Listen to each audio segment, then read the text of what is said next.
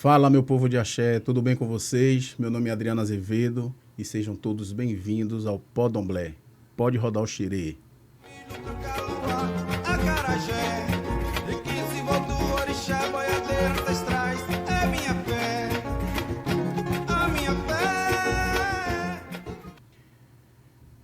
No Podomblé de hoje, nós vamos conversar sobre um assunto um tanto já batido, mas que se faz necessário o debate, porque ainda existem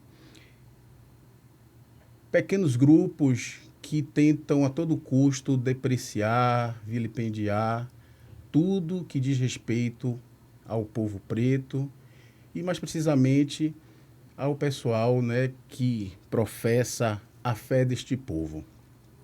Hoje eu estou recebendo 3 pessoas de segmentos diferentes de religião e que vão falar um pouco como a gente pode viver de forma harmônica, independente dessas diferenças. Ela, que é Ialorixá do Ilê Axé, Euá Olodumare, professora aposentada, presidenta do Conselho Municipal de Política Cultural de Salvador, integrante da Rede de Mulheres de Terreiro, coordenadora da Rede Nacional de Religiões Afro-Brasileiras de Saúde, RENAFRO, coordenadora do Conselho Interreligioso da Bahia, CONIRB, conselha consultiva da Rede Ecumênica da Água, REDA, doutora honoris causa pela Ordem de Capelões do Brasil, recebeu o troféu Mojubá em 2019, tem um prêmio também Barra Mulher de 2020, a Medalha Zumbi dos Palmares e a menção honrosa pelos direitos humanos da Defensoria Pública do Estado da Bahia em 2023. Seja bem-vinda, minha mãe Márcia. Boa tarde, meu pai Adriano, sua bênção. Ogum abençoe, bênção, minha mãe. Meu pai Ogum te abençoe. Lorumbô do Pai pelo convite. Boa tarde a todas as pessoas que estão nos ouvindo. E é um prazer estar aqui. Eu gostaria de pedir licença, que é a Agô, e da Mojubá, que é apresentar os meus respeitos, não somente aos meus irmãos que estão aqui compondo a mesa comigo e o senhor, mas a todas, todos e todos que estão em casa nos assistindo. Então, Agô, Mojubá, pedir licença aos meus ancestrais e aos meus orixás, mas também ao sagrado dos meus irmãos que estão aqui comigo, representando 2 outros segmentos religiosos. Que a nossa tarde seja prazerosa e que Babá Exu possa me inspirar para eu usar as palavras corretas e comunicar positivamente com todos. Axé. Peço todo dia essa inspiração a ele, que ele esteja em mim para que eu possa levar essa comunicação aí adiante. E com certeza que ele inspira, axé. Axé. Ela que é presidente da Aliança Batista do Brasil, pastora da Igreja Batista de Nazaré, membro da Coordenação de Conselho Interreligioso da Bahia, o CONIRB, doutor em Comunicação e Semiótica pela PUC de São Paulo, mestre em Estudo de Linguagens pela UNEB, licenciada em Letras, professora adjunta da Universidade do Estado da Bahia. Seja bem-vinda, pastora Camila Oliver. Obrigada, Adriano. Um prazer estar com você, um prazer te conhecer pessoalmente agora, né? Que a gente estava se falando pelo WhatsApp tem um tempinho. E muito bom te conhecer agora.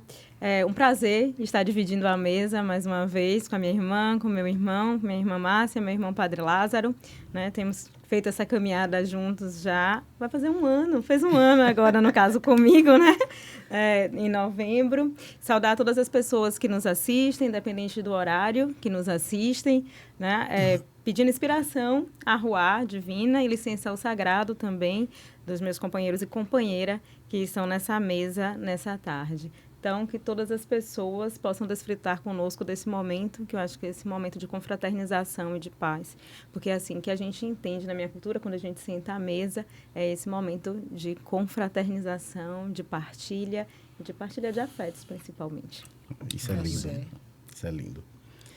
Ele que é formado em teologia, com especialização em pastoral, atualmente é responsável pela Igreja de São Raimundo, capelão da Igreja do Rosário dos Pretos, membro da Pastoral Afro-Brasileira e diretor do Conselho Interreligioso da Bahia, CONIRB. Seja bem-vindo, Padre Lázaro. Sua bênção. Desculpe que acabei engasgando. Deus abençoe, Adriano.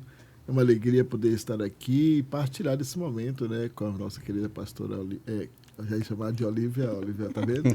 Camila Oliver, com a Igreja Batista Nazaré e a Aliança Batista do Brasil. É um prazer estarmos juntos. Aquela igreja tem uma relação muito próxima e agradeço a Deus, porque ali sou bem acolhido.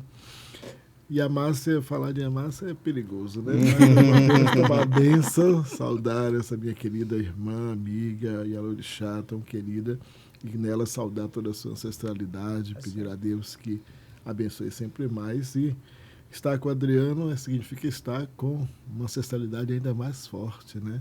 Que é justamente lembrar de irmã Estela e de tantos outros, né? Isso é muito importante, é muito bonito. Então, muito obrigado pelo convite. Estar aqui. Tenho certeza que aqueles que vão, em algum horário, assistir, ter acesso a este vídeo, a essa nossa conversa, vão com certeza nos conhecer ainda mais e partilhar melhor as ideias. Essa é a ideia. E eu estou muito feliz em ter vocês aqui e, como a pastora falou, esse momento de comunhão, né, independente das nossas diferenças e crenças, eu acho que esse momento é de extrema importância e eu estou me sentindo muito feliz em ter vocês aqui comigo. Eu vou começar a fazer uma pergunta, não seria bem uma pergunta, mas é uma indagação e uma preocupação minha referente a tudo isso que a gente vem vivendo, referente aí às questões do racismo religioso. E ter dois segmentos diferentes do nosso, Mãe Márcia, aqui conosco,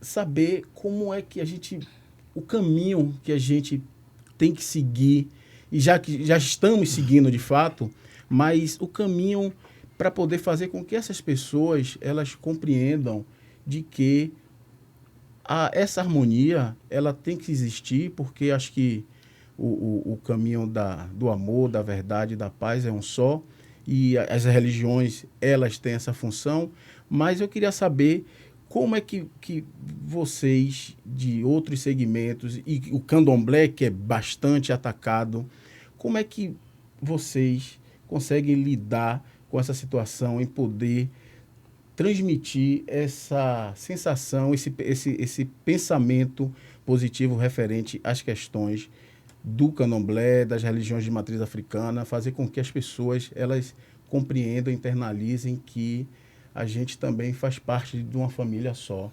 Como é que se dá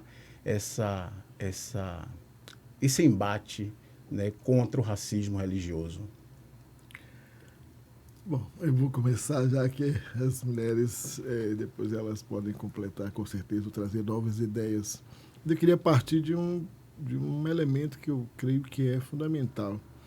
O que nos falta é a consciência de que o pluralismo religioso existe desde que existe a humanidade, né? E, às vezes, a gente quer negar isso.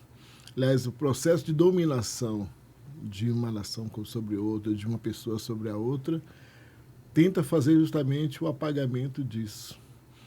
Todas as tribos, todas as raças, todas as línguas, cada uma pensou a dinâmica religiosa a partir de si, a partir de suas configurações. E sempre a gente vai encontrar princípios religiosos bem diversificados. Só que com os processos de dominação, de colonização, o colonizador sempre leva também consigo a sua concepção religiosa, e para que ele possa, de fato, ter êxito com o seu processo de colonização, duas coisas tentam apagar profundamente, que é a religião e a língua, né? Sobretudo. Então, impõe uma língua nova, impõe um princípio religioso novo e tenta justamente apagar tudo que os outros já continham. Só que o pluralismo religioso já existia antes e não poderá ser esquecido hoje. Então, tem que se aprender a conviver. Religiões diferentes existem desde que o mundo existe, desde que o homem e a mulher existem. Mas nós estamos num processo difícil, realmente, porque achamos sempre que uma religião é melhor. O processo da hegemonia religiosa, né? A minha religião que manda. A minha religião tem documentos, né? Aí vai buscar 1001 explicações, né? Tem um livro, né? Inspirado, recebeu das mãos da divindade. A outra é animista, porque começou, né, as pessoas fazendo culto lá no pé da árvore para botar numa... E aí, tudo isso faz com que as pessoas desprezem, porque também está embutido aí um outro elemento que é terrível, que é a questão da cultura superior e cultura inferior. Então, quando a gente estabelece cultura inferior, cultura superior, então a cultura superior é aquela que vem de um Deus revelado, de um Deus que é poderoso, não de, né, a natureza e por si mesma não revela, né? E aí vai. São 1001 desculpas. Eu creio que justamente enquanto a gente não modificar, transformar as consciências para um olhar mais amplo sobre a vida religiosa e sobre a cultura, a gente vai continuar racista, a gente vai continuar matando em nome de Deus, a gente vai continuar perseguindo em nome de Deus, a gente vai continuar dizendo que fulano não presta, ou que as religiões... E esquecemos que onde é que está a origem? A origem de tudo, da humanidade, a origem da religião, a origem da fé? África. Mas a gente quer apagar justamente porque negro, o que é de negro é do demônio. E de quem é o demônio? Eu vou ficar só com a pergunta do Chac. Pastora Camila explica quem é o demônio. Eu expliquei que era o demônio quarta-feira, estava faltando sua presença lá. Eu, Adriano, vou buscar formular, já na linha do que Padre Lázaro já traz, a partir do que a gente tem desenvolvido como pensamento. E aí eu vou falar sempre, não tenho plena certeza que não falo a partir de todos os evangélicos, não a minha palavra aqui. Eu sempre demarco muito esse espaço, né? Porque a gente já sofreu muita retaliação nesse sentido. Então, assim, deixo bem nítido, bem transparente, sou a pastora Camila Oliver, e quando eu sento aqui, não falo em nome de todos os evangélicos, né? Falo em nome da Aliança Batista do Brasil, da Igreja Batista de Nazaré. E todas essas formulações são desses dois espaços, né? Que se comungam, inclusive. Então, a gente pensa o racismo religioso dentro do racismo estrutural, em termos de Brasil. A gente está falando de Brasil. Demonizar o outro, tirar o sagrado do outro, faz parte desse processo de colonização, de um processo de opressão da própria estrutura do capitalismo hoje, porque a gente sabe que o povo que foi escravizado hoje é o povo que está na base da nossa classe trabalhadora, e essa classe trabalhadora carrega toda a sobrecarga das opressões que a gente tem distribuídas. Então, assim, muito friamente, o racismo religioso é a partir do racismo estrutural, da nossa formação de Brasil enquanto Brasil e da nossa estrutura de opressão, de escravização, de colonização, né? E que mais poderoso tem do que assaltar o sagrado do outro? Né? O que mais poderoso tem de tirar do outro a sua cidadania com os deuses e deusas, com o poder professar a sua fé e a sua cultura, porque estão os dois muito arraigados, muito ligados, né? Porque é marcante da cultura de alguém, a religião de alguém, a forma como eu professo o meu sagrado. Né? Ninguém é evangélico aqui, por exemplo, como é nos Estados Unidos, como é na Europa. Nós temos marcas dessas culturas na forma como nós professamos. E dizemos professar, inclusive, o mesmo Deus, mas de formas extremamente diferentes. E quando eu arranco de alguém essa marca do sagrado, essa possibilidade de falar com o seu sagrado, de se encontrar com o seu sagrado, eu arranco a humanidade do outro.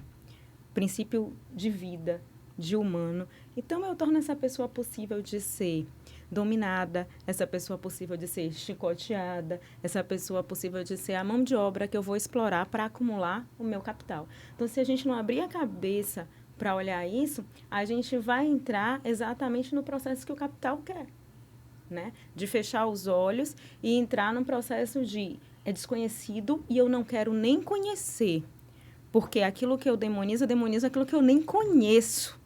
Né? E eu tenho medo do desconhecido. O que é o mais trágico. O que é mais trágico, não me coloca a conhecer. Eu nunca fui abraçada pela irmã Márcia sem sentir amor e sem sentir transbordar de amor, de afeto.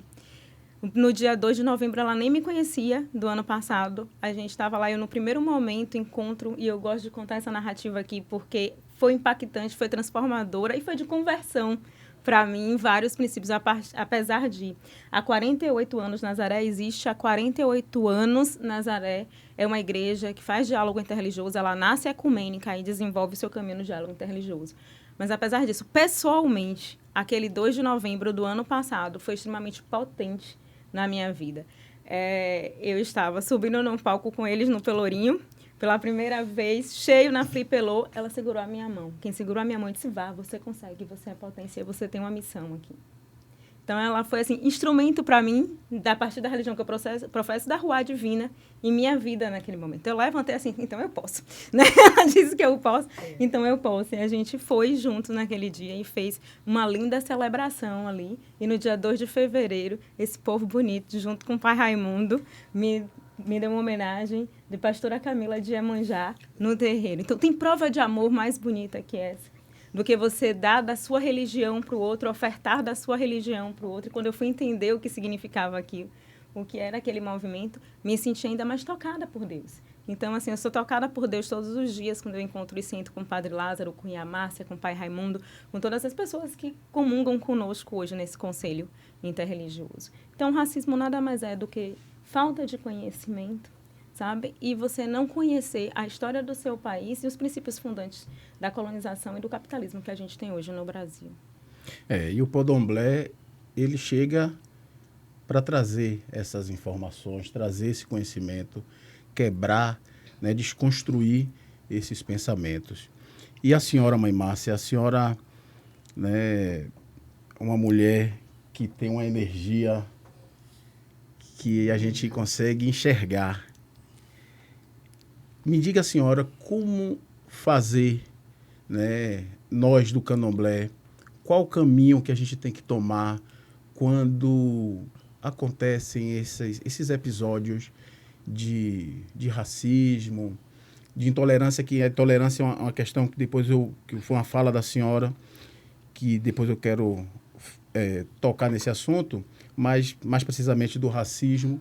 Como a senhora consegue lidar com essas questões, sendo do Candomblé? Em primeiro lugar, eu já começo lhe parabenizando, porque eu tenho participado de muitos podcasts, de muitas entrevistas, e sempre perguntam o que é que vamos fazer com a intolerância religiosa, e você já me traz racismo religioso. E é racismo religioso. A gente sabe que a intolerância religiosa ela existe, mas quando se trata das religiões de matriz africana, Candomblé, Umbanda, é racismo, porque existe esse recorte racial, que é essa religião, que é herança de África, do povo que eles chamam de escravos, mas que nós temos a consciência de que foram escravizados, mas que nunca foram escravos. Por quê? Porque eles eram reis e eram rainhas. E eles construíram o nosso país a partir do momento que chega aqui, porque é a mão de obra escravizada que constrói tudo. Então, eu costumo muito dizer, as pessoas não querem respeitar por ser religião, respeite porque é legado cultural. Aí a gente vai fazer uma análise do nosso ambiente, do lugar de onde nós vivemos, e vamos perceber que essa religião, essa cultura, ela está presente no nosso dia a dia, seja nas vestes das pessoas, seja nas músicas, nos toques, na percussão, não é? Nos quitutes, na culinária, na moda. Tudo cheira, tudo transpira a África, nossos ancestrais que precisam ser respeitados. E nós, enquanto candomblecistas, desde o início que a gente luta contra esse racismo de diversas formas. Houve uma época que foi preciso criar de forma muito inteligente o sincretismo religioso. E aí nós percebemos ainda hoje que alguns terreiros de candomblé têm altares de santos da Igreja Católica. Muitas vezes porque alguns professavam, mas ali era uma arma, era um instrumento para quando a polícia chegava dizer, epa, olha, tá vendo ali o altar? Eu estou aqui celebrando Santo Antônio. Na verdade, estava celebrando Ogum.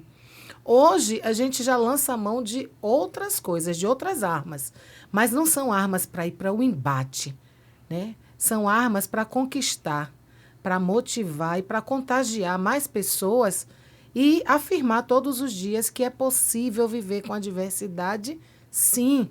A nossa cidade, o nosso estado, o nosso país, ele é diverso em diversos aspectos. Na orientação sexual, no gênero, na etnia, mas também na religiosidade. E a gente precisa respeitar, porque a premissa, o ponto de partida nosso tem que ser respeito. Inclusive, eu Ilê Axé o Olodumare, que é esse terreiro que eu herdo da minha mãe biológica, a saudosa Iavaldete de Euá, minha mãe já tinha esse diálogo com padres, com pastores, porque ela fazia parte da Irmandade Nossa Senhora da Conceição da Praia. Eu cresci rezando o ofício de Nossa Senhora aos sábados com minha mãe. A minha Ialorixá era da Irmandade Nossa Senhora do Carmo. E elas sabiam muito bem que momento dizer valei-me minha Nossa Senhora do Carmo e o momento de dizer eparré, olha, a Gambirim, Maleme, entendeu? Mas incomoda as pessoas saber que nós somos religião, nós somos modo de vida, nós somos cultura e a gente não faz proselitismo. Porque não existe na história, ninguém sabe, não tem dado histórico dizendo o povo de Candomblé está panfletando nas praças para convidar para as celebrações de orixá. Não existe isso.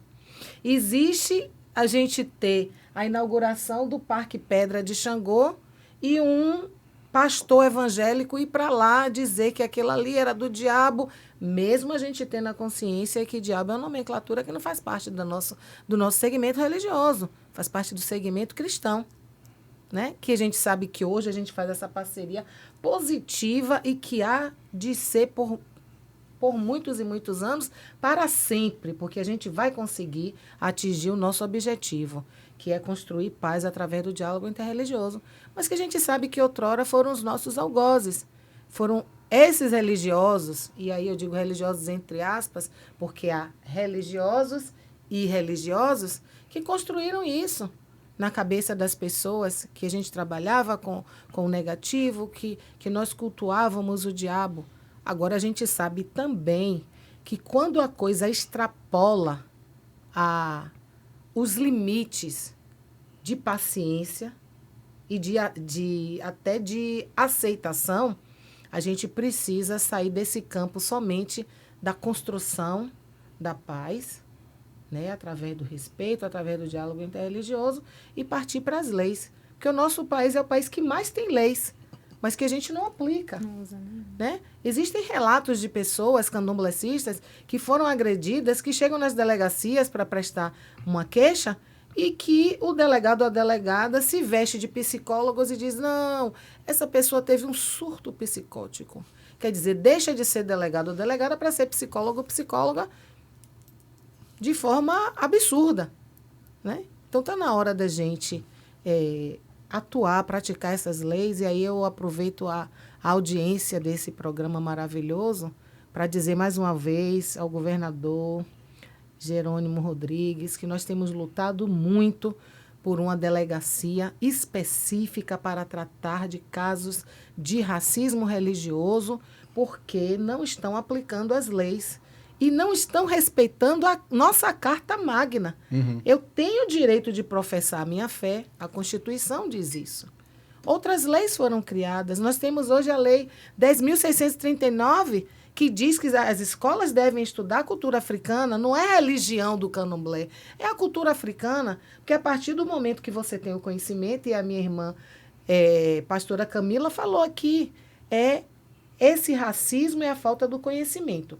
Também, mas é muito de perversidade, de dizer que o negro não é capaz, de que o negro é inferior, e que a gente sabe que é o contrário.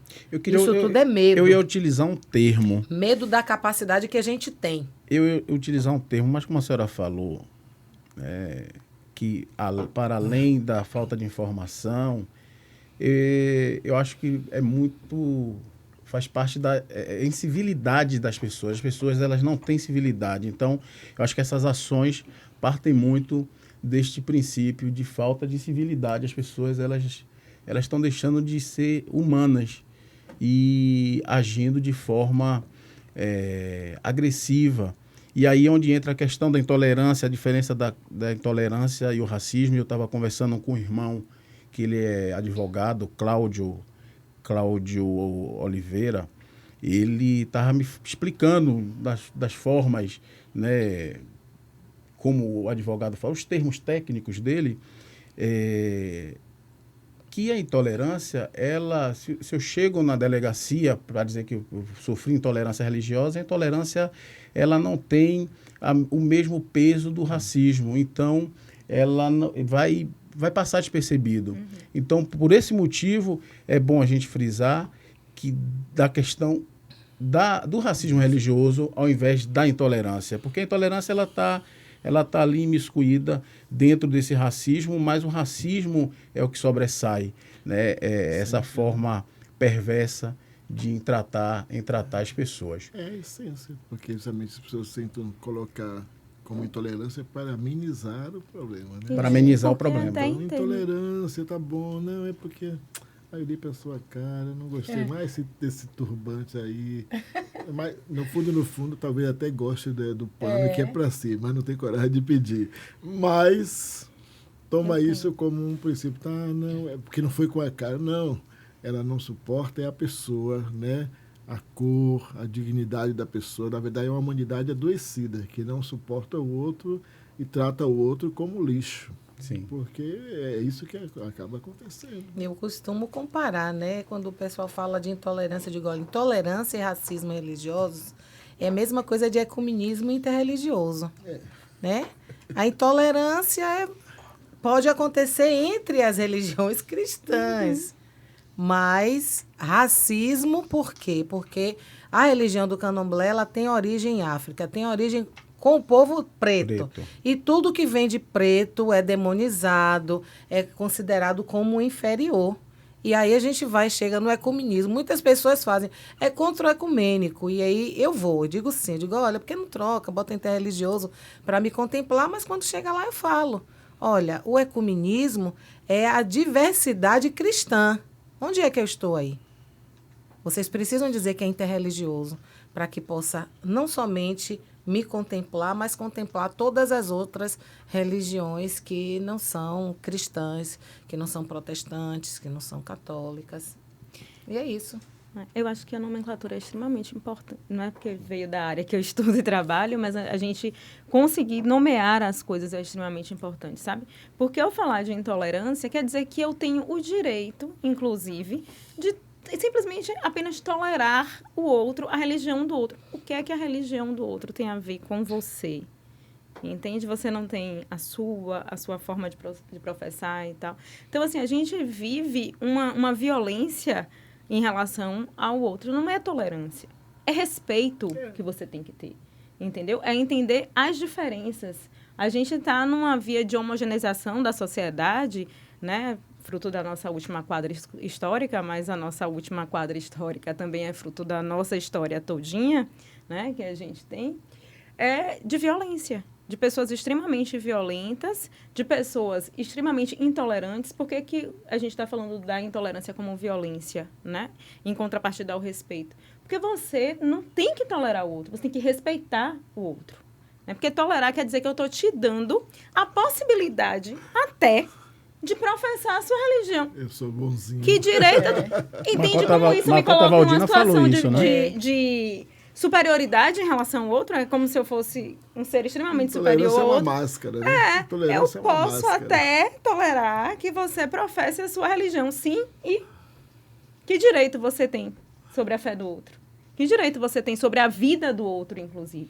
É por isso que a gente teve tanto assassinato, né? E por que a profissão religiosa do outro faz dele meu inimigo? Sim, né? Faz no dele que meu isso adversário. respeito? Por que eu tenho que disputar com ele lugar religioso?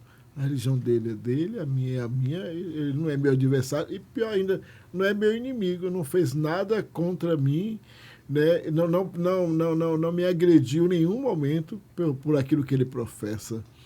É a liberdade, é o direito dele professar. Eu acho que essa disputa, ela não é religiosa.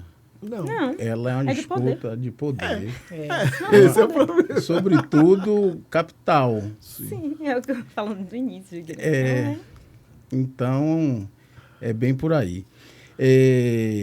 Pastor, eu estava vendo um vídeo da senhora falando sobre E aí já estou entrando nesse caminho porque eu acho que tudo dialoga a questão das políticas públicas, né, e da política no modo geral, né, desse desligamento que a senhora fala sobre as igrejas se desligarem do movimento político, justamente por conta desta hegemonia, né? Onde a igreja sempre tem voz, a igreja sempre...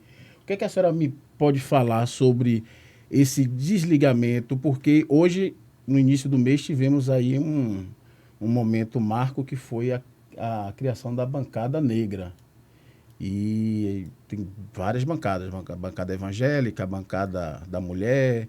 E esse desligamento, eu queria que a senhora me explicasse melhor para quem estiver ouvindo e para eu poder também entender o que é que a senhora quis dizer com esse desligamento. Vamos lá. A gente fala de política, a gente precisa falar de política em duas vertentes. Lá vou eu de novo buscar esses estudos aqui. A gente vai falar de política em duas vertentes. Eu digo em Nazaré que a nossa fé é a prática política do comum. Porque o que a gente está chamando de prática política aí é a nossa atuação social.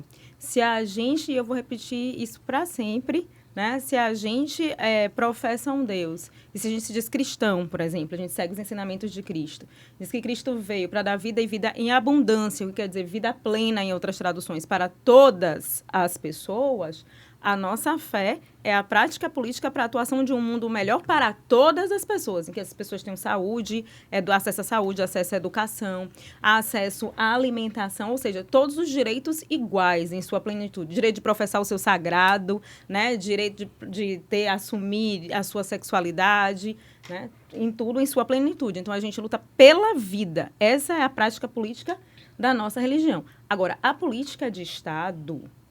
Todas as vezes que as igrejas estiveram aliançadas com o Estado, a gente teve um problema complicadíssimo no nosso país. Vamos lá olhar direitinho?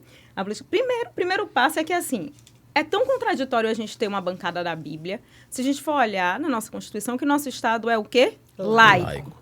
O que quer dizer que esse Estado não professa nenhuma religião. Então, por que a gente tem uma bancada da Bíblia?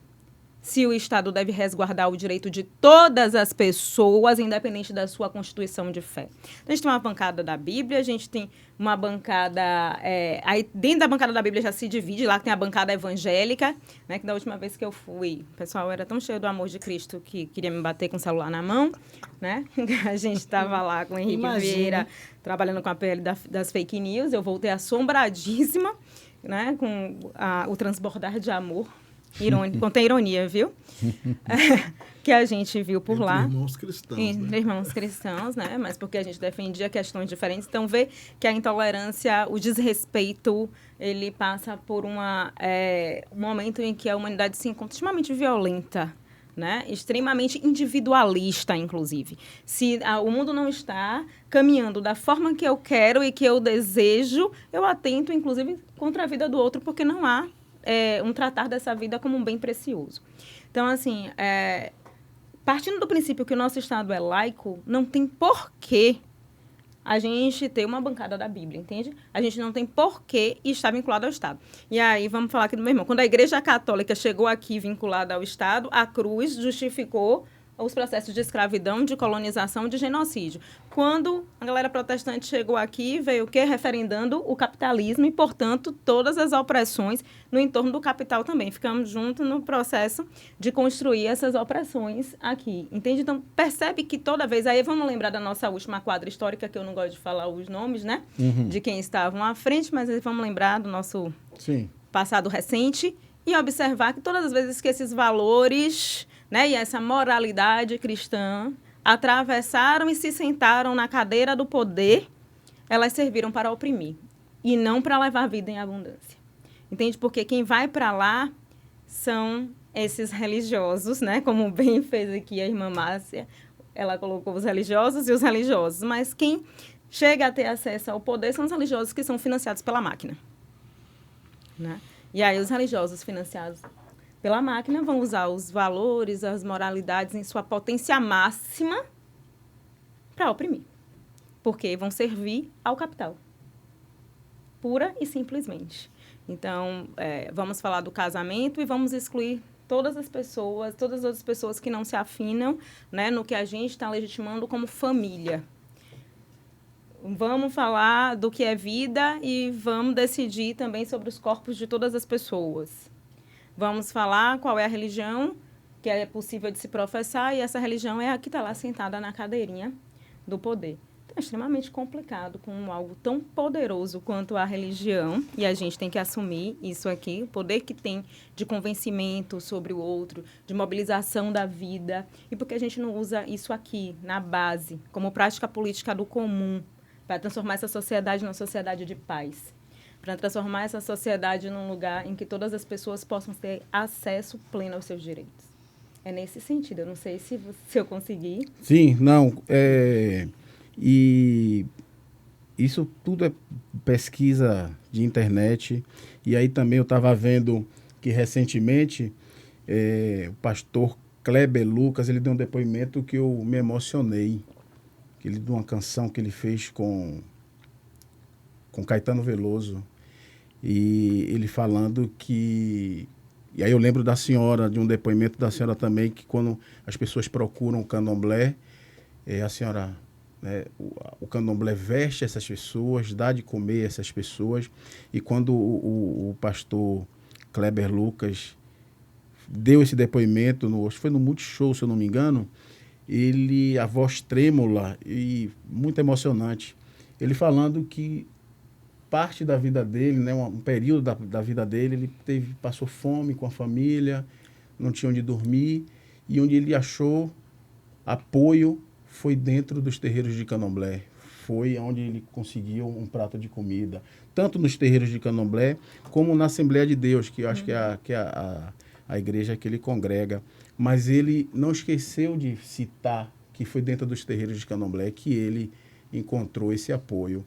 E aí, Mãe Márcia, falar como no terreiro da senhora, né, como é que acontece essa recepção com essas pessoas, né, que procuram o terreiro, que procuram uma orientação do candomblé.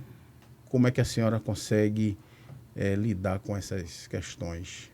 Existe uma diversidade muito grande de pessoas que procuram o candomblé, por vários motivos, né?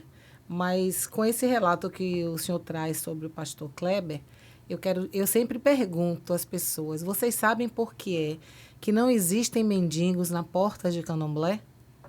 E as pessoas ficam sem saber responder. Aí eu mesmo respondo, né?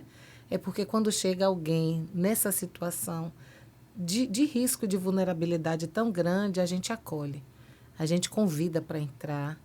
A gente oferta um banho, que não é o banho de ervas, inicialmente é só o banho mesmo para se higienizar. A gente oferece a comida, uma roupa limpa. Vamos ver o que tem para a gente vestir essa pessoa. Porque dentro do terreiro do candomblé sempre tem tudo, a gente pensa em tudo. E depois que essa pessoa se alimenta, quer conversar um pouquinho ou quer descansar, bota ali uma esteira, um colchão e a pessoa vai dormir. Quando acorda, a gente pergunta: quer ficar? Tem emprego? Não tem. A gente vai lutar do jeito que puder para conseguir um emprego, para você ter o seu sustento ou para ir estudar, porque a gente vai buscar os movimentos sociais e os parceiros. A gente está sempre pedindo, né? Pedindo para poder fortalecer essas pessoas que precisam. Se a pessoa quiser ir embora, vai embora. A gente já deu uma ajuda, né? E se quiser ficar, vai ficar. E existem casos de pessoas que hoje são filhos do terreiro, que estudaram, alisaram o banco da ciência, como dizia a minha Ialorixá, e hoje são engenheiro, é um engenheiro, entendeu? E é esse reconhecimento do pastor, não foi lá, porque dentro dos terreiros de candomblé é assim, vamos ajudar a todas as pessoas fazer o bem, sem olhar a quem. Então, se chega nessa situação, a gente oferta, a gente ajuda. Agora, é claro que não existem pessoas que vão ao terreiro de candomblé só em busca de um prato de comida ou de uma dormida, não. Tem pessoas que vão porque percebem de que forma a gente trabalha a respeito. Eu costumo dizer que os terreiros de candomblé, e eu peço mais uma vez licença aos meus irmãos de outros segmentos, que o deles também pode ser, mas eu considero os terreiros de candomblé como a primeira instituição educacional do mundo, não formal. Porque o que a gente aprende dentro de um terreiro é muito valoroso. E aí eu dou um destaque imenso às questões hierárquicas, né? Os candomblecistas, eles respeitam os mais velhos, que em muitos outros segmentos já não servem mais para nada, não são consultados, não são pedidos de licença a esses mais velhos. No candomblé, não. É quem primeiro a gente faz questão de saber, de ouvir, é o mais velho. Porque a gente considera que o mais velho viveu mais do que a gente. Porque o mais velho, por ter vivido mais, teve mais oportunidades de acumular conhecimentos de sabedoria. Se hoje eu sei manusear algumas ervas, algumas plantas, algumas folhas e saber para que serve cada uma, é porque eu tive meus mais velhos para me ensinar. Saber para cada tipo de folha, a gente pode fazer um chá ou um banho que muito ajuda. E hoje eu vejo muitas pessoas utilizando, inclusive, e dizendo é fitoterapia. Porque eu tenho uma amiga que ela se diz ateia, né? E aí, outro dia, ela disse, lá perto da sua casa tem folha de... tem folha de manjericão, traga para mim que eu estou querendo fazer uns banhos. Eu digo, oxe, você vai tomar banho de manjericão? Você sabe para que serve essa folha? Não, amiga, é porque ela vai me reenergizar. Mas isso é fitoterápico. Então, assim, até negar a nossa fé, utilizando do termo fitoterapia, as pessoas fazem. Algumas baianas de acarajé, que são evangélicas, dizem estar vendendo bolinho de Jesus, quando a gente sabe que Jesus não passou nem por cozinha nenhuma, né?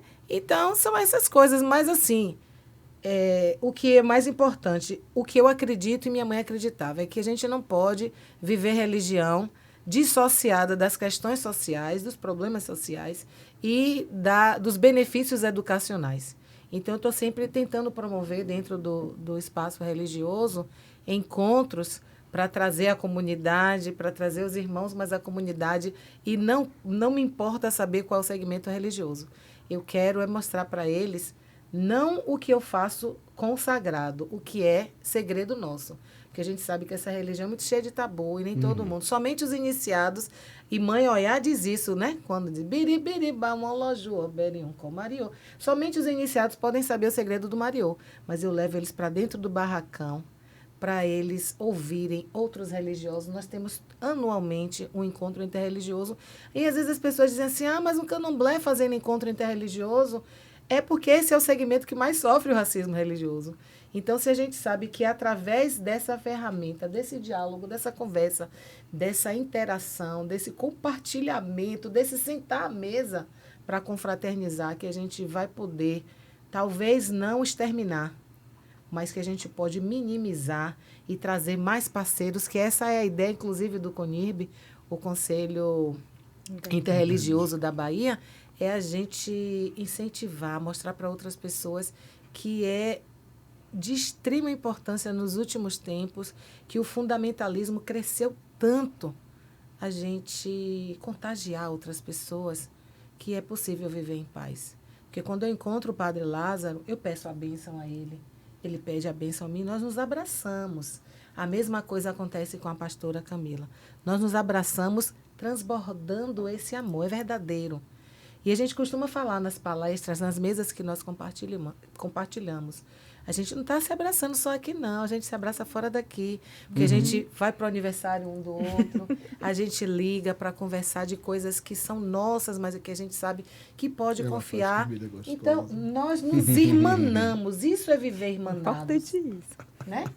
Isso é viver irmanados, independente do nome do nosso sagrado. Pode ser Buda, pode ser Já, Alá, Javé, a Divina Ruá, Deus, Olodumare. É Deus. Quantos segmentos tem dentro do CONIRB? Muita gente já fez Eu essa acho conta, que gente. hoje nós temos quase 26, segundo... Não, tem 26...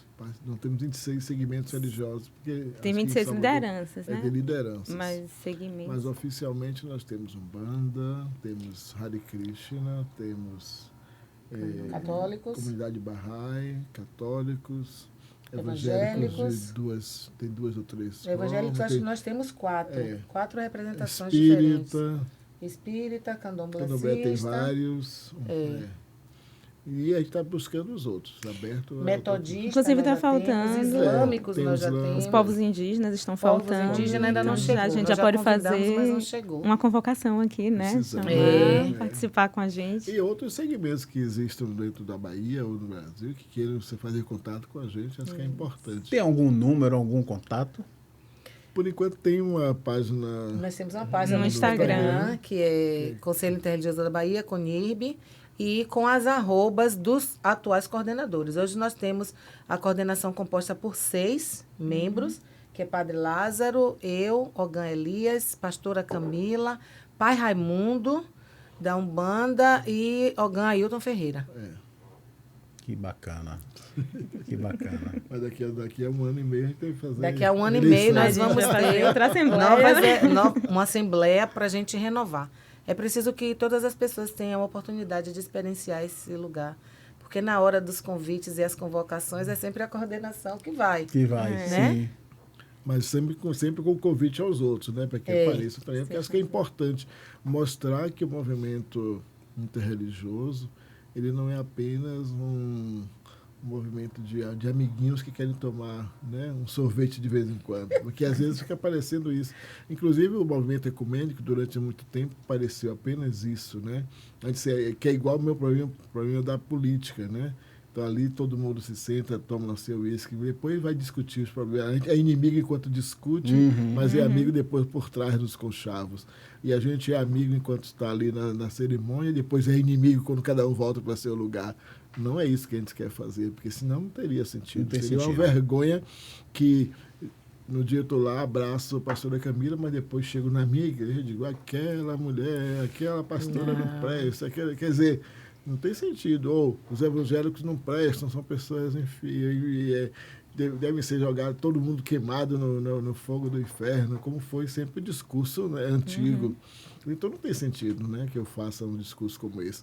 Eu preciso, claro, reconhecer que uma doutrina que eu professo é diferente, talvez de uma posição da Aliança de Batistas, mas isso não invalida a nossa relação e o nosso respeito, né? A gente tem que ser responsável. Eu sempre digo, falei isso sempre, o pai Raimundo gosta muito dessa minha expressão, porque ele diz, eu só posso ter um diálogo verdadeiro com outra religião se eu conheço a minha e valorizo a minha. Não tem sentido, quer dizer, o encontro ecumênico, interreligioso, não é o esvaziamento dos princípios religiosos para fazer uma uniformidade, para fazer uma panelinha ali. Não, a gente tem, aliás, uma condição para fazer diálogo é você ser fiel com o princípio da fé que você professa, senão perde tudo, né? Desvaloriza todo o O caminho. princípio básico do diálogo é a diferença, né? Se a gente pensar freiramente falando, se a gente pensar... Senão seria monólogo. Senão seria monólogo. Então, assim, é o respeito, sobretudo, a diferença do outro, é conhecer o outro e dar-se a conhecer, inclusive. Então, assim, se eu não sei de mim, eu não consigo dar a conhecer sobre a minha fé, sobre a minha... O que é que eu ofereço nessa mesa, né? Vamos pensar assim, quando a gente vem para essa mesa aqui do diálogo, cada um está oferecendo justamente a interpretação errada de alguns é, não, você agora vai viver, eu vou todo dia lá e vou ser pastor, ou como me perguntam todo dia, que dia você vai fazer o santo? Né? E é difícil ocupar esse lugar que nós ocupamos. Sim. Porque Sim. da mesma forma que no segmento religioso dele tem quem cobre, e a ela também, porque está irmanados com candomblecistas e umbandistas, tem os nossos que dizem assim, mas por que você está lá? Estava na Igreja Batista Nazaré. E por que você está na Igreja Nossa Senhora do Rosário dos Homens Pretos? E agora, há pouco tempo que eu fui apresentada à Irmandade Nossa Senhora da Boa Morte, sou noviça, e as pessoas também me perguntam, mas por que você está lá? Eu digo, porque você não vai dar uma lida... Você está renegando sua religião. Pois é, porque não vai estudar um pouco sobre como essa confraria feminina preta começa, quais foram os objetivos. E tem coletivos que a gente não pode deixar morrer. Eu ainda não fui para o Rosário. São coletivos de resistência, né? Porque me falta tempo, mas eu já falei até com o senhor, né? Já, com certeza. Quando eu vejo o Rosário dos Pretos, Eu lembro de meu pai, que meu pai foi irmão do Rosário dos Irmão do Pretos. Rosário, você já lembrou A roupa aqui. dele, ele não foi enterrado com a roupa dele está guardada comigo, eu tenho um carinho com aquela indumentária e fico com vontade de ir, mas a minha correria diária... Mas o senhor vai. É bom saber que seu hábito já está pronto. Já tem o hábito, que é herança, né? Herança ancestral. É herança ancestral. Né? É herança ancestral. E ouvi a pastora falar, né, que ela é de Iemanjá, pastora Camila de Iemanjá. Me lembra um depoimento também do pastor Djalma, que ele disse que... Saudosíssimo. Minha ancestralidade, Mas é justamente né? Quando eu por usava a minha isso que ancestralidade. vem. ele disse que tia Estela fez um jogo para ele e que ele era de Ogum. Né? Então, e o Ele senhor, era padre conhecido. Lázaro, qual o seu orixá? Outros diálogos sobre isso. E para uns lugares ele é de algum, para É uma discussão Pastor grande. Djalma Torres, ele dizia no muito. meu caso, há consenso. O fato de dizer que eu sou pastor Djalma de Ogum não enfraquece a minha fé na Divina Ruá. Com certeza. Pelo contrário, só fortalece. E a gente percebeu em Camila características que eram nítidas no pastor Djalma, né? São sempre pessoas que estão num segmento religioso respeitando todos os outros e acreditando que a união vai fortalecer, vai nos fortalecer, cada um no seu segmento. Mas para a gente acabar com essa violência, desse racismo que outrora somente agredia verbalmente. Hoje agride fisicamente e muitas vezes tira a vida dos nossos irmãos. Então a gente não pode mais compactuar com isso. E a gente precisa dizer basta. Então renasce pastora Camila de Iemanjá, que não deixa de estar fortalecida na Divina Ruá. Como eu digo toda hora, eu posso ser Yamácia de Ogum, da Igreja Batista Nazaré, da Igreja Nossa Senhora do Rosário dos Homens Pretos, porque isso não enfraquece a minha fé, pelo contrário, só fortalece. Claro que é importante, nós estamos falando aqui, e muita gente pode achar assim, não, mas esse pastor, esse padre, essa pastora, essa mãe de santo está, como o povo chama de mãe de santo, está tudo atrapalhado, está louco, né? Tá misturando tudo. Porque Eu ia misturando fazer tudo. uma organização aqui também. Claro que a gente não está dizendo que para você viver uma relação ecumênica, interreligiosa, precisa estar hoje na igreja, né? Passar um dia, ir na missa, depois daí sair para o culto, depois entrar no centro umbandista, depois fazer e tirar um pedacinho de cada um e fazer a sua jornada. Não é isso que nós estamos discutindo, nem trazendo como orientação para o nosso povo.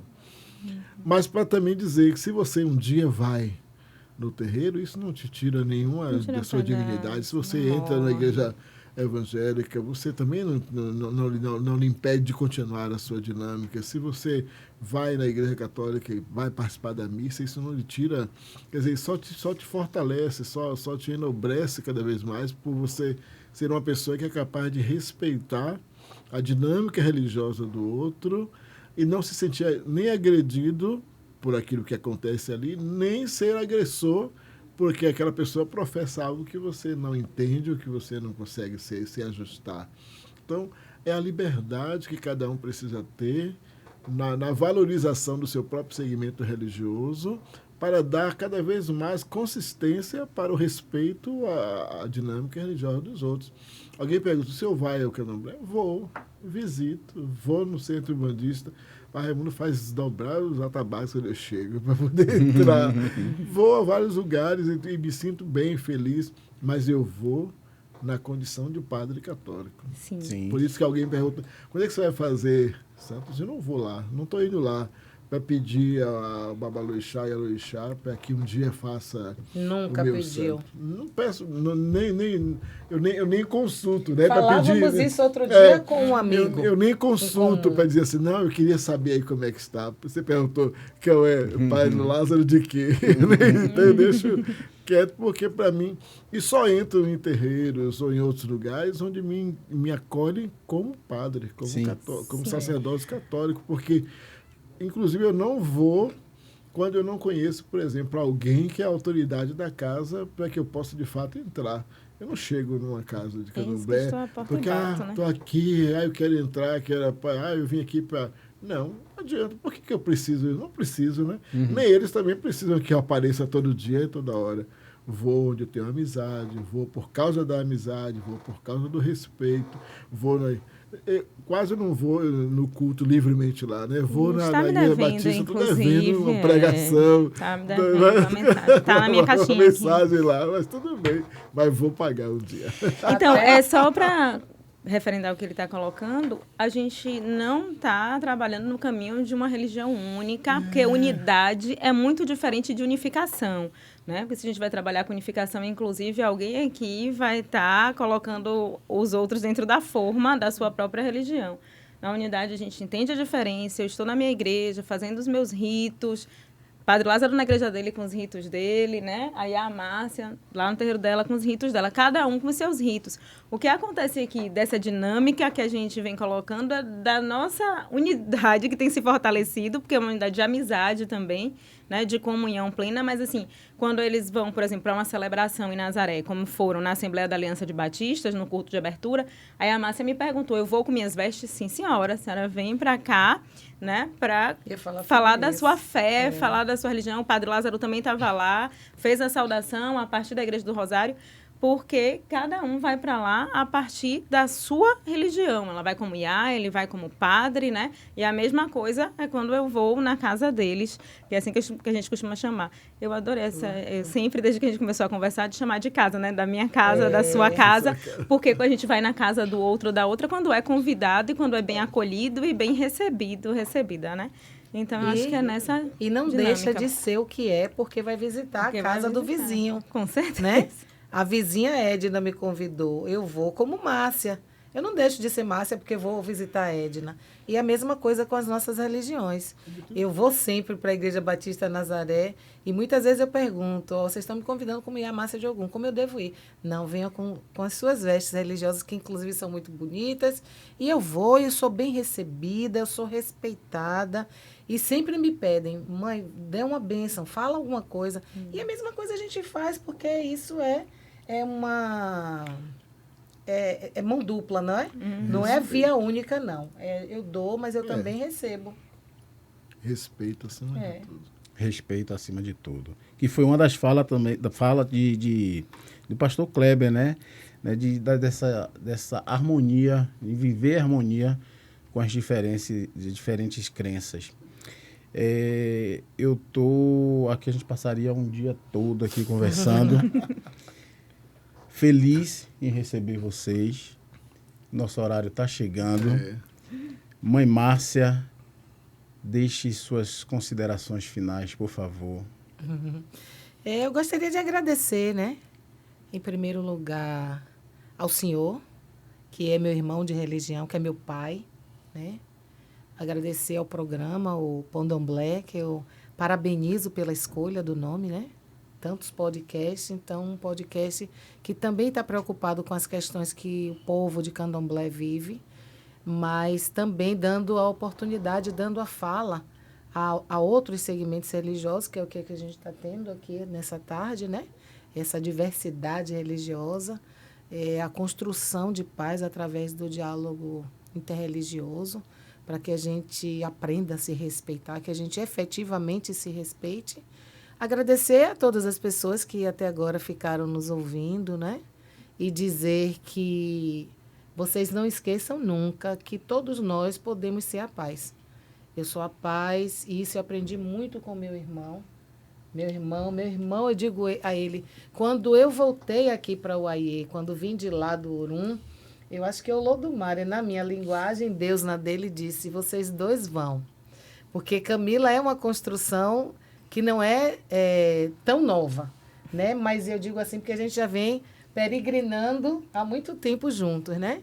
E tendo a coragem de mostrar para as pessoas que existe essa relação de amizade, eu acho que Deus, o Lodumare, disse, vocês dois vão com essa missão. Vão os dois pretinhos, mas cada um para um segmento diferente, mostrar às pessoas que é possível, sim, viver em paz. Então, dizer às pessoas que estão nos assistindo que respeite todas as pessoas, independente da etnia, da raça, da orientação sexual, do gênero e da religiosidade também, porque nós todos somos seres humanos. Nós chegamos sendo contemplado pela Mãe Natureza. Então, não vamos nem falar em nenhum sagrado, mas vamos falar da Mãe Natureza que contempla todos nós. E na minha religião existe um orixá funfun chamado Ajalá, que ele é o grande modelador das nossas origens, das nossas cabeças. E no momento que ele está modelando, ele sempre pensa que todos nós chegamos e retornamos, mas todos nós queremos ser felizes. E a gente só pode ser feliz se a gente respeitar para ser respeitado. Então é isso. É sempre bom ouvir a senhora, mãe Márcia. A senhora é uma inspiração. Modupué, meu pai, Modupué. Pastora Camila, suas considerações finais, por favor. Adriano, só agradecer por abrir a porta para a gente, por nos oportunizar esse momento de diálogo, de conversa, de mais uma vez poder vir aqui defender a construção de um reino de paz, de justiça para todas as pessoas. Agradecer as pessoas que ficaram até agora nos ouvindo, porque a gente sabe que a gente conversa muito, só agora eu vi o relógio aqui e vi o tempo que a gente ficou conversando, porque a gente gosta de dialogar de fato, de conversar, porque a gente sabe que é assim que a gente cresce e cresce em fraternidade, em amor, em sororidade, em vida. Então, agradecer a todas as pessoas que ficaram nos assistindo até agora e agradecer aos meus irmãos, ao meu irmão, à minha irmã, né, por estar caminhando junto e pela luta que a gente ainda tem pela frente, mas pela vitória, principalmente. Então, que a Rua Divina continue abençoando todas as pessoas, né, dizer às pessoas que professam a mesma fé que eu, que os ensinamentos daquele, né, que a gente professa, daquele que a gente ama, são de caminhar com todas as pessoas, né? O nosso sagrado é dentro do templo, mas é sobretudo para fora dele, de se sentar com todas as pessoas, excluídos e excluídas, para tirar deste lugar e colocar no centro da vida. O nosso ministério é um ministério de promoção da vida, de promoção da igualdade e, sobretudo, da justiça. Então, muito obrigada. Eu que agradeço.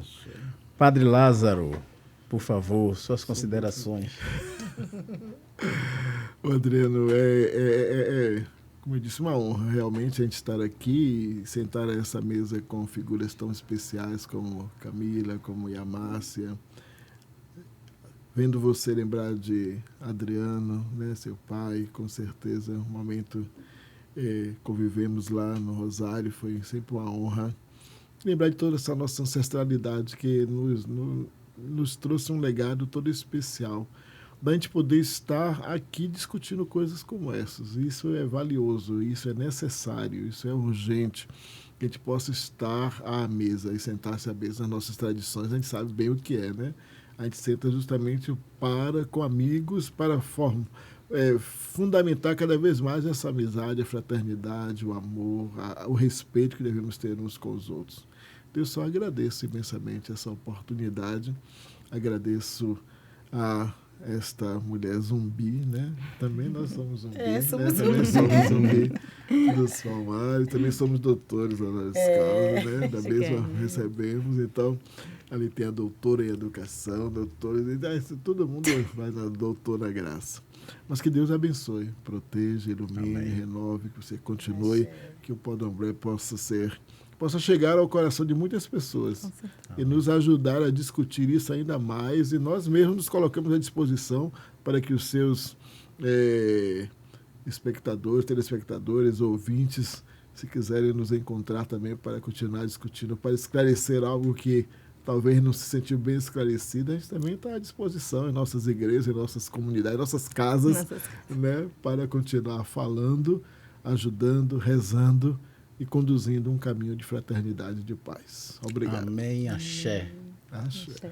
E para vocês, desejo saúde em abundância e até o próximo Podomblé. Axé. É isso.